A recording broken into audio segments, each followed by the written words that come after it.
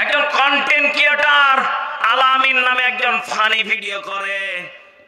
এই ছেলেটার একটা ভিডিও দেখে সব থেকে আমাকে আশ্চর্য লেগেছে।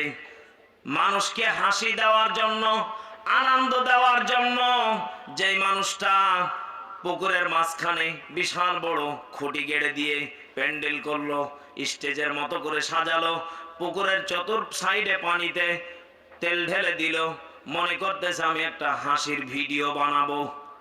ও মুসলমান, এখান থেকে একটা শিক্ষা নেন, মানুষকে শয়তান কতটা বোকা বানাতে পারে, শয়তান মানুষকে কত ধোঁকা দিয়ে বোকা বানাতে পারে, শিক্ষা নেন। আপনি হয়তো মনে করতেছেন আমি দুনিয়াতে বেঁচে আছি, আমাকে সুদ এত মজা লাগতেছে, ঘুষ এত মজা লাগতেছে, হারাম খেতে এত মজা লাগতেছে। শয়তান আপনাকে ভুলিয়ে পাকা পোক্ত প্লেয়ার বানিয়ে রাখিচ্ছে। আপনি শুধু কবরে যাবেন।